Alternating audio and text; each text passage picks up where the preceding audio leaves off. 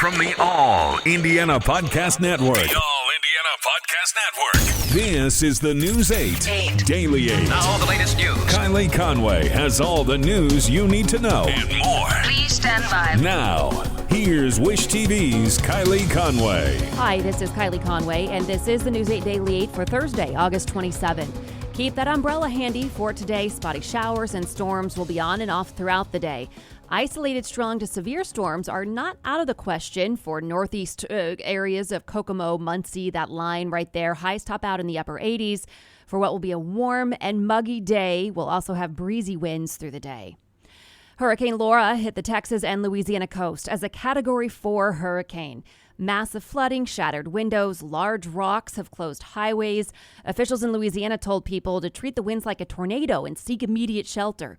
The National Hurricane Center is using strong language right now, saying unsurvivable storm surge, extreme winds, and ongoing flash flooding is happening. Wind speeds of 100 to 150 miles per hour have been reported, depending on where in the path of the storm people are.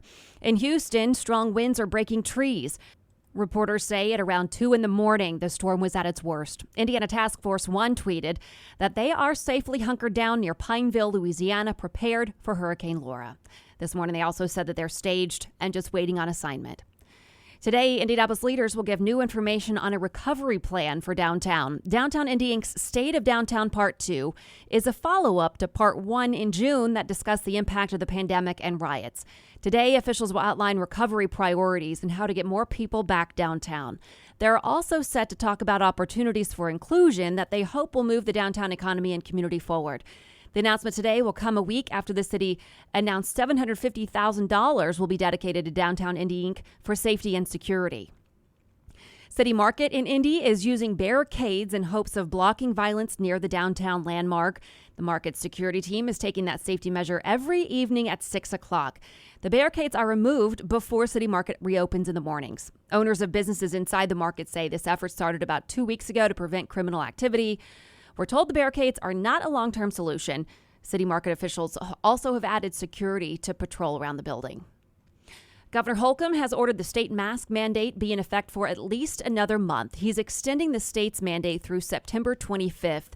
Holcomb and the state's health commissioner pointed to an improvement in the rate of positive COVID-19 tests since the rule went into effect last month, and he wants to keep pressing it down.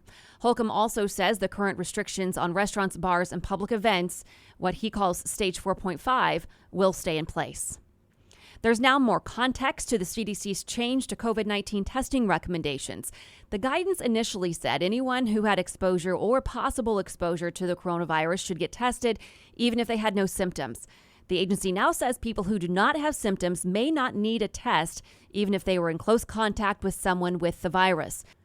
CDC Director Dr. Robert Redfield says the White House Coronavirus Task Force played a role in recommending the changes.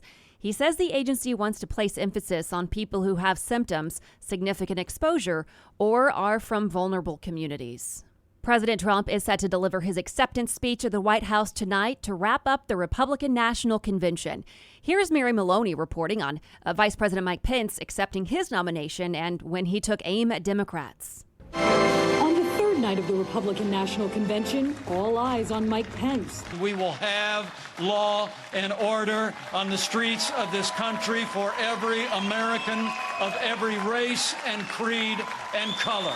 The vice president hoping voters will join him in supporting President Trump for another 4 years. Few presidents have brought more independence, energy, or determination to that office. And zeroing in on Joe Biden and his running mate, Kamala Harris. As President Trump said, where Joe Biden sees American darkness, we see American greatness. And just like in the previous 2 nights, more sharp, pointed attacks on Biden and the Democrats. Democrat-run cities across this country are being overrun by violent mobs.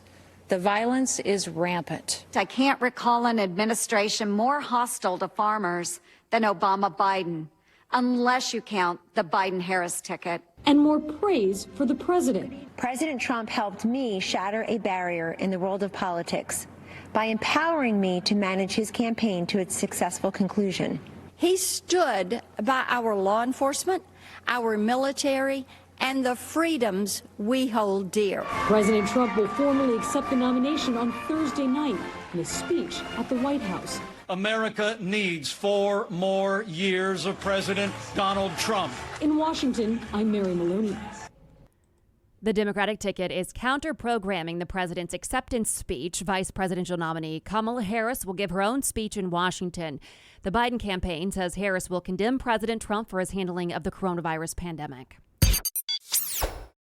Searching for a romantic summer getaway? Escape with Rich Girl Summer, the new Audible original from Lily Chu. The exquisitely talented Philippa Sue, returning to narrate her 5th Lily Chu title. This time, Philippa is joined by her real-life husband, Stephen Pasquale. Set in Toronto's wealthy cottage country, aka the Hamptons of Canada, Rich Girl Summer follows the story of Valerie, a down-on-her-luck event planner posing as a socialite's long-lost daughter, while piecing together the secrets surrounding a mysterious family and falling deeper and deeper in love with the impossibly hard-to-read and infuriatingly handsome family assistant, Nico. Caught between pretending to belong and unexpectedly finding where she truly fits in, Valerie learns her summer is about to get far more complicated than she ever planned. She's in over her head and head over heels. Listen to Rich Girl Summer now on Audible. Go to audible.com/richgirlsummer. State investigators in Wisconsin released some of the details of the police shooting in Kenosha that has led to a new round of protests across the country. The state's Division of Criminal Investigation says Kenosha police went to a call of a woman who said her boyfriend would not leave her home. During the incident, officers tried to arrest Jacob Blake. Officers say they used a taser, but that didn't stop Blake. State investigators say Blake then went to his car, opened the door, started to lean forward, and an officer fired 7 shots into Blake's back while holding on to his shirt. Investigators say Blake acknowledged earlier in the interaction that he had a knife, and officers say they later found one in the driver's side of his car. State investigators also released the name of the officer who fired the shots. They say Rustin Chesky is a 7-year veteran of the Kenosha Police Department. A 17-year-old from Illinois now faces murder charges for his role in shootings that happened in the protests in Kenosha Tuesday night. Gunfire killed 2 people and wounded another. Kyle Rittenhouse faces first-degree intentional homicide charges. Video widely shared online appears to show Rittenhouse walking past police after the shooting, with officers either allowing him to leave the scene or not noticing him. Professional athletes across U.S. sports are taking a stand in response to this police shooting. It started with the Milwaukee Bucks' decision to boycott their playoff game. Soon after, the NBA announced it would postpone Game 5 of 3 different playoff series. Then within hours, 5 Major League Soccer, 3 Major League Baseball, and 3 WNBA games were called off, including the Washington Mystics. The team wore shirts with Jacob Blake's name on the front. On the back, 7 bullet holes to represent the 7 times Blake was shot. The Indy 11 did play, but a key member of the team did not. Matt Watson sat out the game and offered a raw, emotional explanation online. Matt Watson, a player and captain of Indy 11, he wore his heart on his sleeve. His tweet read, "Tonight I find myself unable to take to the field with my teammates. I did not refuse to play. I just emotionally could not find the strength to hold back the pain inside me after witnessing so many black people gunned down like animals." Indy 11 played in Louisville, Kentucky last night, and Watson went on and tweeted that he's exhausted with racial and political divide, and it shouldn't be normal. The caption said he feels like he hasn't done enough to speak up on the issue of inequality and wants to take time to reflect on what more can be done to make things better. Watson wants to be clear that he's not against the police or America, but just wants to pave a better future for America. His teammates are backing the decision. Several of them tweeted last night as well. And the head coach, Martin Rennie, also released a statement overnight showing his support. "I've coached Matt Watson for 8 years, and I know him really well, so it was painful to see how emotionally hurt he was. He was devastated. The Indiana Fever play tonight, and right now there's no word on the status of that game. 3 WNBA games were canceled Wednesday night." The CEO of TikTok is leaving the company. Kevin Mayer announced his resignation in a letter to employees, citing sharp changes in the political environment. President Trump recently threatened to ban the app if it doesn't find an American buyer. Microsoft is in talks to buy TikTok's U.S. operations. The mass shootings at a mosque in New Zealand led to a first-ever sentence in that country. A judge is giving Britton Tarrant life in prison without the possibility of parole. The judge says a lifetime in jail could not begin to atone for Tarrant's crimes. He went to 2 mosques in March 2019, killing 51 people and hurting 40 others. This is the first time that type of punishment has ever been imposed in the country. Following the attacks, New Zealand swiftly passed gun control measures that ban the type of weapons Tarrant used. Naval investigators are questioning a sailor in a suspected case of arson that damaged the USS Bonham Richard in San Diego. The Associated Press reports this is according to a senior Defense Department official. The fire burned for more than 4 days. More than 60 people were treated for minor injuries. The Pacers are looking for a new head coach. The change comes after the Pacers' ugly exit from the playoffs, a 4-game sweep to the Miami Heat. The decision to fire McMillan is an abrupt change from 2 weeks earlier when the Pacers extended Nate McMillan's contract. In a statement, Pacers president Kevin Pritchard thanked McMillan for his time on the team. He said, in part, "This was a very hard decision for us to make, but we feel it's in the best interest of the organization to move in a different direction." And we are proud to announce linebacker Darius Leonard is joining Wish TV as our player analyst. The Pro Bowler is ready to bring the same energy he has on the field to our studios for Sports Locker Sunday.